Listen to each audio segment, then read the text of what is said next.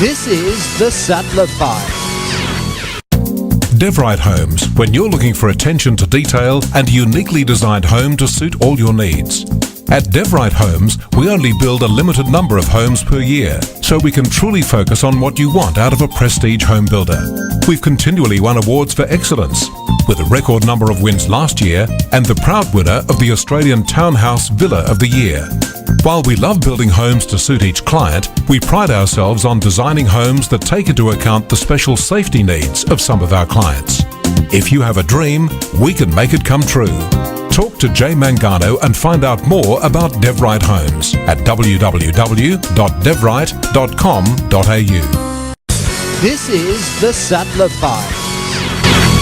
Welcome back to the Sattler Files. I'm Tricia Duffield and we're talking bricks and mortar with Jay Mangano from Devrite Homes of Distinction. Good day to you, Jay. Hi, how are you? Very well, thank you. Nice to see you back in the West. Yes, indeed. Yes. Lovely to be back in the West, where every time I come back here, I'm always amazed at how much development is going on, how much this place is growing. It's incredible. Oh, it's changing. You can drive down the street and houses are gone one after the other and you think, oh my goodness. Yeah, it is incredible. It is a constantly evolving city and metro area, which I guess is, it's great if you're in your business because there's a lot of people saying, okay, we want to invest here and this is where we want to build our homes and so on.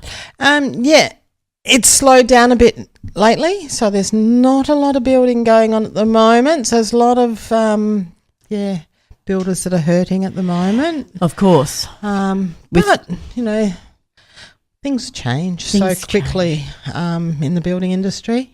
So we can hope that round the corner there will be another upswing. Yeah.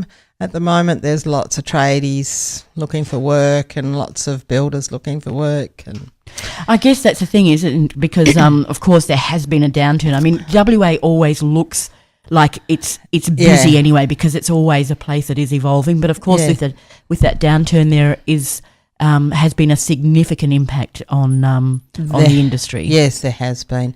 Yeah, we went from couldn't get brickies 2 years ago, couldn't get brickies for love nor money, and now they're falling over you to get the job. So, yeah, and the good part is that prices are coming down for brickies. Not that you'd hear. Out there, people come in and they'll go, oh, yes, but brickies were getting $2.40 a brick just recently and now it's down to 80 cents. And you go, oh, I think that's probably exaggerated both ways. But take the middle ground there. Well, so this would actually still be a really good time then for people to build because there wouldn't be that backlog of tradies being too busy to start work or complete jobs. That's correct. Your job should go according to plan and should go according to timetables. As long as nothing changes, you should get built quicker than if there's a boom. Yes. Now, if people are deciding, okay, we are going to build, they'd have this vast choice, I would imagine, then of how they would of people that they would choose to build their homes. How do you make the choice? How does that happen? If it was me looking to build a house, I would get a referral from somebody that has built a house as you want it. So don't get a referral from a first home buyer if that's not the type of house you build. Don't get a referral from someone that's just built a $5 million house if that's not the type of house you want to build. So you need somebody that's just built a house similar to what you want to build. If you want a rammed earth house, go to somebody that specialises in rammed earth, or if you want a framed house, go to someone that builds a framed house. Don't switch and match. But you need a referral, and once you've got the referral, then you check it out yourself and do your own due diligence. Check their website. A builder that doesn't have a website nowadays, you'd be very dubious about going to them. Everyone's got a website, and if they don't, they probably don't want to be found, or not big enough to warrant one, and then maybe you don't want to go there either. So and even on their website, if they don't have a street address, I would, why would a builder not have a street address? They have to for the Builders Registration Board. So if it's not on their website, if they make it hard for you to find them, think, and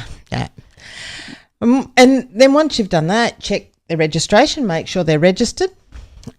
Every registered builder has a person that is registered as their builder. So you can find out who Devrite Construction's registered builder is just by going to the Builders Registration Board. So then you can search the registered builder as well, see if there's any bad things on the internet about them or all those things. And then once you've narrowed it down and go and see a couple of builders, and I reckon go with the gut feel. Whoever feels right for you, you should go with. Cheapest price is not a good scenario. When you're building, there's so many things you can change to change the price.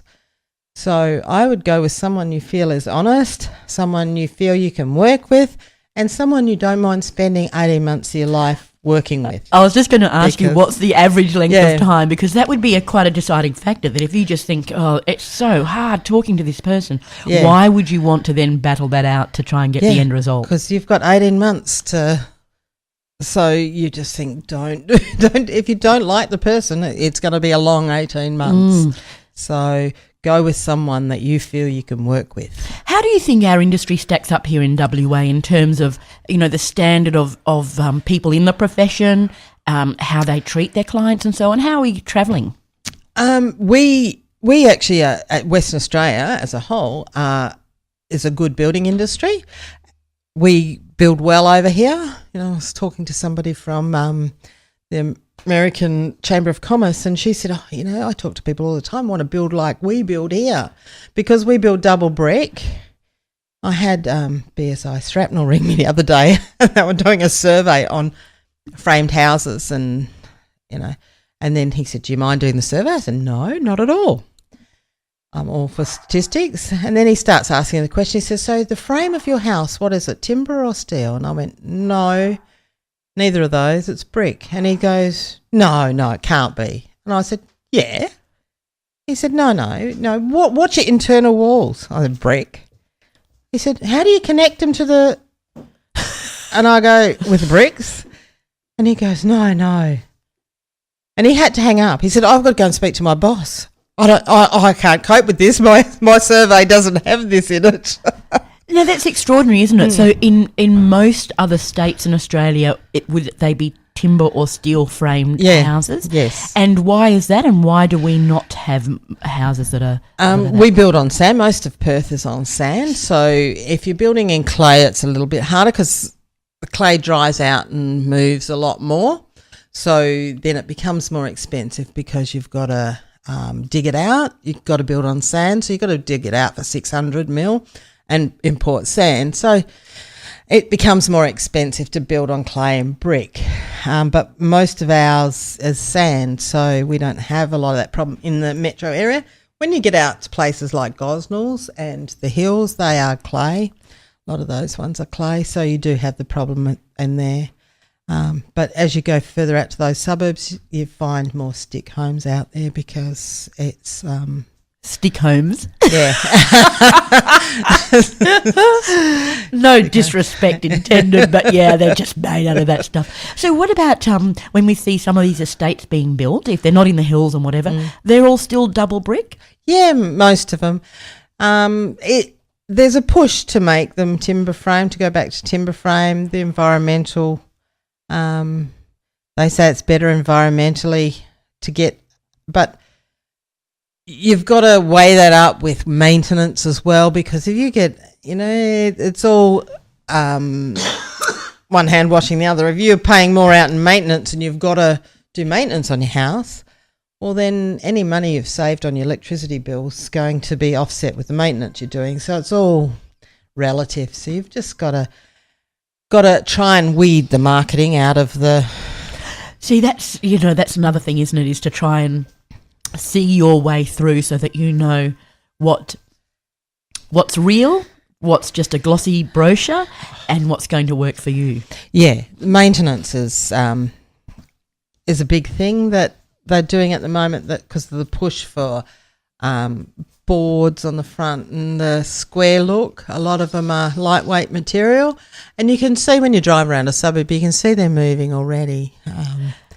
So you would see it. I would just look and go, that's a really nice looking house or whatever. But you can drive around. You could go to somewhere and go, oh my goodness, 10 years time. Yeah, that's not going to be such a happy place. Yes, that's correct. Yeah. Really. Yeah. Now, what about when people decide? Okay, they've decided on the builder they want. Yeah. How do you go about drawing up contracts that are fair to both of you and look after all those details? Most of the organisations, so we've got HA, MBA, Architects Board, they all have their own contracts that have been written up, and they just keep reusing the same contracts. So I use HIA contracts because they're online and I can just go in and fill them in, and they're all written by lawyers, and they get changed all the time. They get updated, so if the laws change, the contract would be updated, and all those things that protects everyone, because one person on their own couldn't know anything that's changing or those things. So these organisations are up to date with them. So they change their contracts as much as they have to. So, and then you have your two different contracts. You'll have a fixed price contract or a cost plus contract. And cost plus is whatever it cost the builder to build, and then you agree to a margin that's going to put on. Banks don't like cost plus contracts because they're not fixed price. So if you keep overspending, you keep saying, hey, builder, do this, hey, builder, do that, hey, builder, do this. Everything, he's going to do it, and he's going to add his markup on.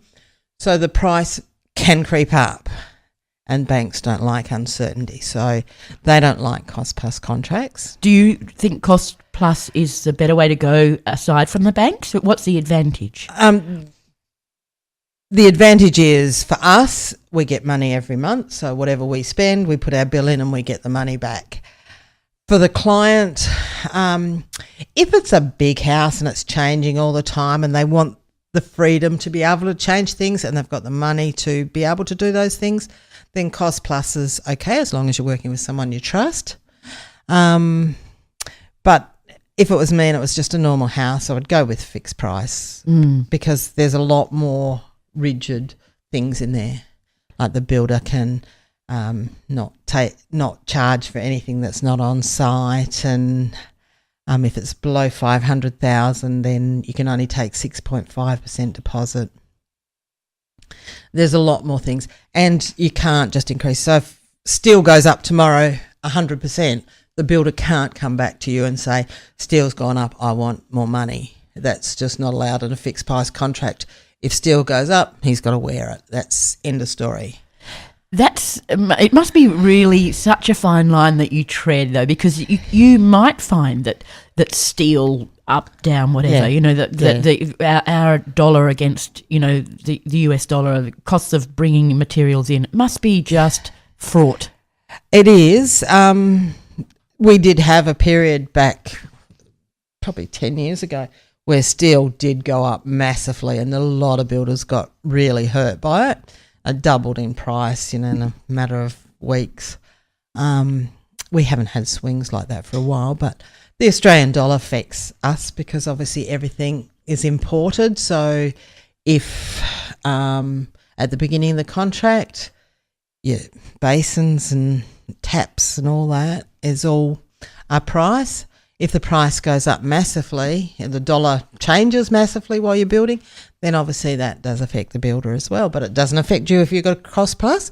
If you've got a fixed price, if you've got a cost plus, it will affect you but on the same token, if the dollar goes down, it will affect you too. So you get the win. You win on the swings and roundabouts, I think that's called, isn't it? Yeah, swings and roundabouts. One last thing, Jay, is talking about importing, equipment and so on.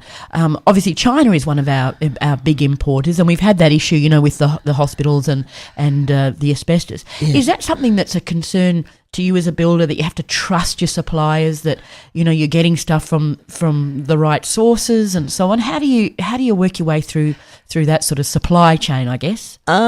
It's very hard because there's all warranties on things that you buy, but they'll write things in so that your warranty's not worth anything. I mean, it's just... You laugh with the experience of, having been through this. Having been through this, yes. I think I bought a tap that was $1,800 and it cracked. The plastic on it cracked. And you think $1,800, so that's not a cheap tap. No. The plastic cracked and you go back to them and say, the plastic's cracked, can you replace it? And they go, has it got a pressure valve on the main? And you go, no, but what's that got to do with the plastic? Oh, well, unless it has, it's not covered by warranty. And you go, no, that's just, it shouldn't be allowed. The government should stamp it out and say, no, that's not what warranties are for, just for you to find a way to get out of it. Exactly. But they do. And sometimes you just have to stand your ground and jump up and down and yell and scream. But yeah, it's how it is. And yeah, but most things come with a statutory warranty. So like your cooking appliances and all those come with statutory warranties. They would hold them and they would do the right thing. But products that come in from China, yeah, you're relying on your supplier to have done their research and kept up with what they can bring into Australia. Because all our taps that come in have to be WELS rated and all those things. So you check, you can only hope that no one would bring anything in. You check to make sure it's got its sticker on it. But if they didn't do the right thing in China, you wouldn't know. No, exactly. Yeah. Well, as we've learnt in that example, I'm sure you know what, Jay, that it's someone building a home, though, if they've got you on their side, they'd at least know that the details that can be checked, the things that can be done, that you're going to do them. Because every time I talk to you, I'm always like, whoa, there's so much that you have to look out for. Oh, there is so much. And it's a minefield when you start looking at it. I think it would be so much easier just to go on the dom. But I keep bashing my head against the wall. Oh, goodness me. Well, Jay Mangano from Devrite Homes of Distinction talking about bricks and mortar. It's a tough game, but, we all have to live somewhere, so that's a good thing. It is a good thing, it is. That, you're the one there that's helping us live in the most beautiful places we possibly can. So thank you once again. Lovely to catch up with you after a little while apart that we haven't spoken. And we will catch up again really soon. Thank you, Trish. Jay Mangano from Devrite Homes of Distinction talking bricks and mortar, and you're with the Sattler Files. This is the Sattler Files. Devrite Homes, when you're looking for attention to detail and a uniquely designed home to suit all your needs. At Devrite Homes, we only build a limited number of homes per year, so we can truly focus on what you want out of a prestige home builder. We've continually won awards for excellence, with a record number of wins last year and the proud winner of the Australian Townhouse Villa of the Year.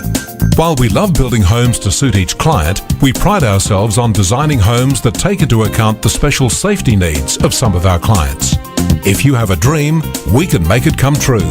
Talk to Jay Mangano and find out more about Devrite Homes at www.devrite.com.au. This is the Sattler Files.